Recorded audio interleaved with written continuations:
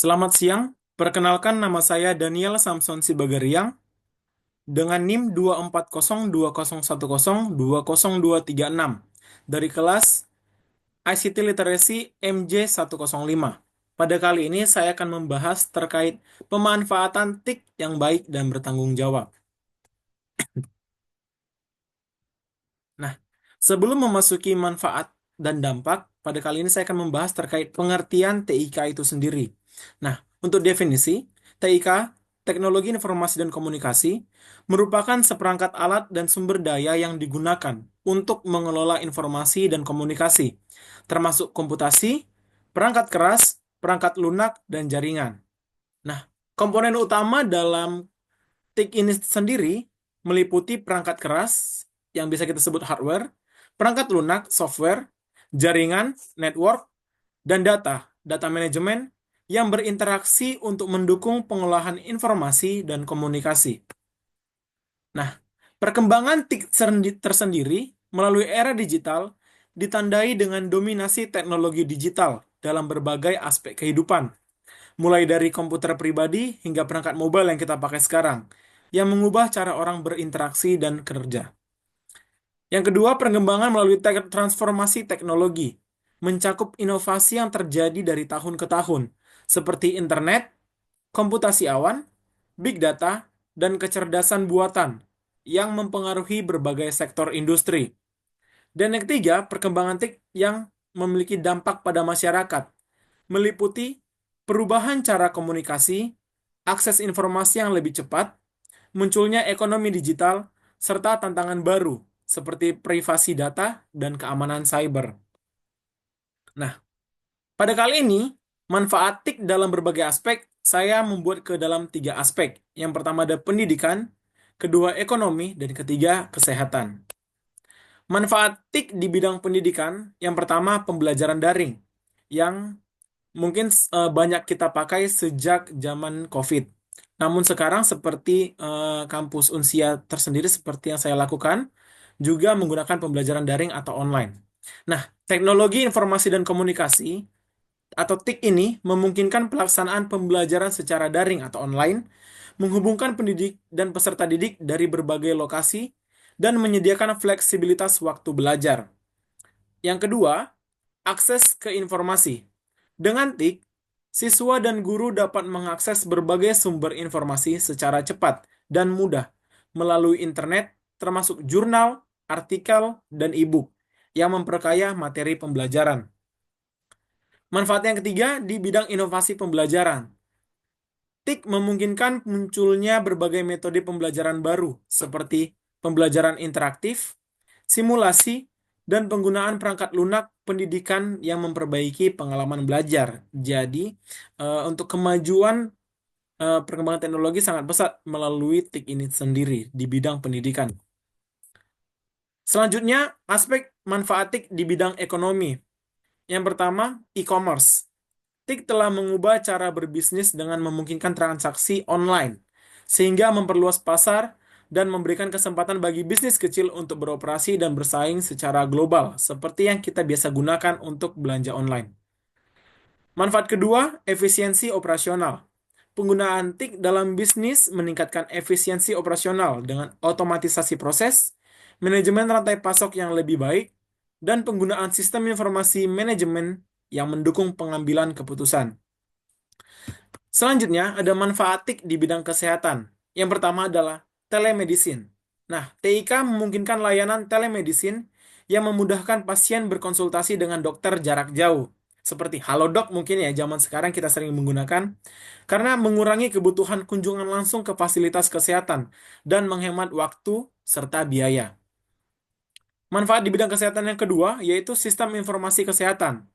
Implementasi TIK dalam sistem informasi kesehatan memungkinkan pengelolaan data pasien secara elektronik, memperbaiki efisiensi administrasi, dan meningkatkan kualitas layanan kesehatan dengan data yang akurat dan cepat. Dan ini sangat memberikan manfaat yang baik, keuntungan bagi di bidang medis dan juga bagi pasiennya. Nah, selanjutnya, akibat dan dampak pemanfaatan TIK atau TIK yang tidak benar. Nah, Di sini ada tiga bagian. Yang pertama dampak negatif pada privasi. Yang kedua ada cybercrime. Dan yang ketiga ada gangguan psikologis.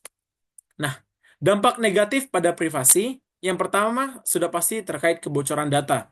Kebocoran data dapat mengakibatkan informasi pribadi pengguna jatuh ke tangan yang salah, termasuk nama, alamat, dan informasi keuangan. Sudah pasti untuk terkait privasi, kita sangat menjaga data kita sendiri karena tidak jangan sampai disalahgunakan oleh pihak lain. Selanjutnya yang kedua ada penyalahgunaan informasi. Nah, penyalahgunaan informasi oleh pihak yang tidak bertanggung jawab dapat menyebabkan berbagai kerugian, seperti pencurian identitas dan pemerasan. Yang kedua, kerugian di bidang ekonomi atau cybercrime. Cybercrime mencakup berbagai tindakan kriminal seperti hacking, phishing, serta penipuan online yang dapat mengakibatkan kerugian finansial besar bagi individu dan perusahaan. Nah, misalnya ada contoh kasus serangan ransomware WannaCry pada tahun 2017 yang menyerang berbagai institusi global, termasuk rumah sakit, menyebabkan kerugian miliaran dolar. Selain itu, kasus phishing pada perusahaan teknologi besar seperti serangan terhadap karyawan Twitter pada tahun 2020 menunjukkan betapa rentannya sistem terhadap manipulasi sosial yang dilakukan secara online. Yang ketiga, yaitu gangguan di bagian psikologis. Efek yang pertama adalah kecanduan. Penggunaan TIK yang berlebihan dapat menyebabkan kecanduan, di mana individu merasa sulit untuk berpisah dari perangkat teknologi. Nah, ini juga sudah mulai terasa di kita yang sering menggunakan teknologi informasi dan komunikasi ini. Selanjutnya adalah isolasi sosial, yaitu ketergantungan pada komunikasi digital dapat mengurangi interaksi sosial tatap muka yang pada akhirnya menyebabkan isolasi sosial dan kesepian. Juga apalagi sekarang kita sering eh, bersama dengan teman, namun kita tetap fokus pada HP. Mungkin itu juga merupakan gangguan psikologis dari dampak negatif TIK ini sendiri. Selanjutnya adalah stres dan kecemasan. Paparan terus-menerus terhadap informasi, notifikasi, dan media sosial dapat meningkatkan tingkat stres dan kecemasan pada penggunanya. Nah, untuk itu tersendiri, mengatasi dampak negatif pemanfaatan TIK, saya membagi ke dalam 4 bagian. Yang pertama, edukasi dan literasi digital. Dengan cara yang pertama, meningkatkan kesadaran masyarakat tentang penggunaan TIK secara bijak dan aman. Yang kedua, mengadakan pelatihan tentang keamanan digital, seperti cara menghindari penipuan online dan melindungi data pribadi. Yang kedua, penguatan regulasi. Untuk caranya yang pertama, memberlakukan dan menegakkan undang-undang yang mengatur kejahatan cyber. Yang kedua, mengawasi konten online untuk mencegah penyebaran hoax, cyberbullying, dan konten negatif lainnya. Yang ketiga, peningkatan keamanan teknologi, yaitu ada dengan cara yang pertama, mendorong perusahaan untuk menggunakan sistem keamanan yang kuat seperti enkripsi dan firewall. Yang kedua, mengembangkan solusi keamanan untuk melindungi pengguna dari ancaman cybercrime. Nah, yang keempat, pengawasan penggunaan oleh anak dan remaja.